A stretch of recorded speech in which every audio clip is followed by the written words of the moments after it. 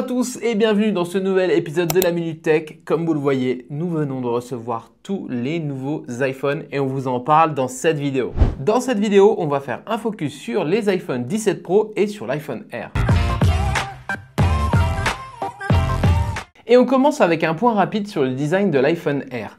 5,6 mm d'épaisseur, 165 grammes, c'est un iPhone qui est super léger et c'est le plus fin de tous les iPhones. L'iPhone Air est disponible en 4 couleurs, donc on a le blanc, le bleu ciel, on a l'or et on a le noir ici. L'arrière est mat, ça prend pas mal les traces de doigts quand même et on a l'énorme nouveau module photo qui met un petit peu un coup de fraîcheur à toutes les gammes iPhone. On va voir aussi sur le 17 Pro, c'est quand même un gros changement.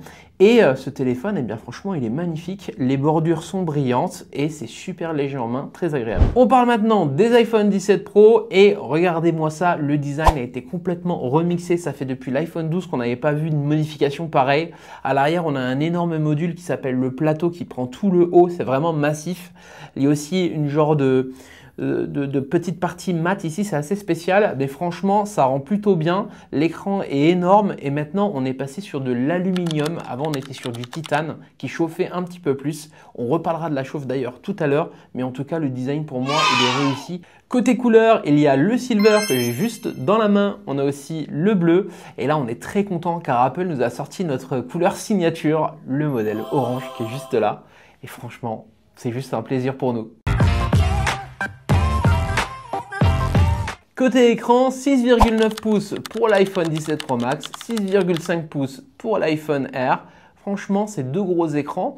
Et on va voir qu'il va y avoir un petit match entre les deux. Les deux écrans ont le 120 Hz adaptatif, donc maintenant qui s'est généralisé à tous les Apple, donc tant mieux, on aura beaucoup plus de fluidité et une meilleure gestion au niveau de la batterie. Les deux téléphones ont le Ceramic Shield 2 à l'avant en glace de protection. On a aussi l'anti-reflet qui est vraiment, qui marche très très bien. On n'a aucun reflet sur l'écran quand on le prend comme ça. On a aussi une très bonne luminosité et on a aussi évidemment l'IP68, protection à l'eau et à la poussière. Pour l'iPhone Air, il n'y a plus de tiroir physique, il n'y a que des eSIM maintenant pour vos cartes SIM.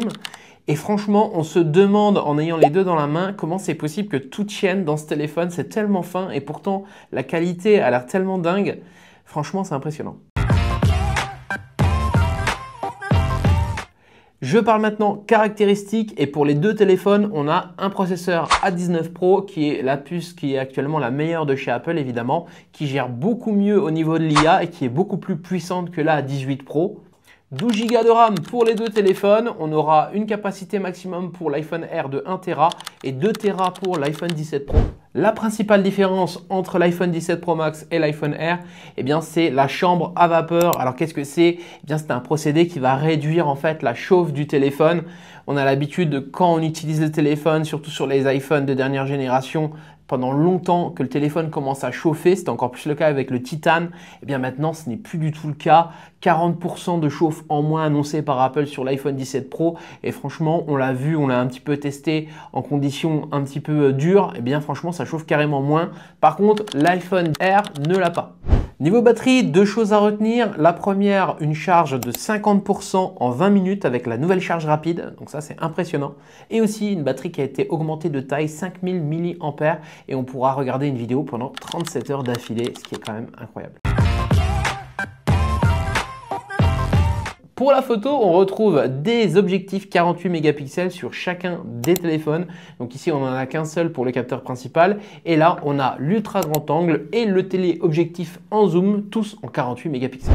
Pour la caméra selfie, on passe à 18 mégapixels, une nouvelle technologie, le Center Stage qui vous permet d'avoir un focus sur les personnes, avoir un tracking en fait qui permet d'améliorer la stabilité de l'image. Et on peut aussi maintenant passer du mode portrait au mode paysage sans avoir besoin de tourner l'iPhone. On a juste besoin de le laisser comme ça et ça va le faire tout seul. Pour ceux qui veulent aller plus loin dans la vidéo et qui adorent faire des films, eh bien maintenant Apple a pensé à eux en ouvrant le ProRes RAW. On pourra filmer en 4K 60 fps ou alors en slow motion en 120 fps ou en 240 fps et le rendu est cinématique et complètement ouf. Et franchement, là on est sur un autre niveau en termes de smartphone pour la vidéo en tout cas. En bref, c'est une vraie évolution pour cette nouvelle gamme Apple avec un iPhone Air qui amène du renouveau à la gamme, beaucoup plus fin et un petit peu différent des autres. On a aussi l'iPhone 17 Pro et Pro Max qui viennent maintenant changer de design complètement avec aussi une meilleure gestion de chaleur, des meilleurs appareils photo.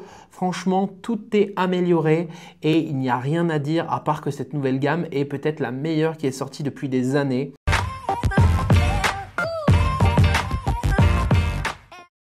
Moi, en tout cas, je vous dis merci de nous avoir suivis pour cette vidéo et je vous dis à la prochaine pour plus d'épisodes de la Minute Tech.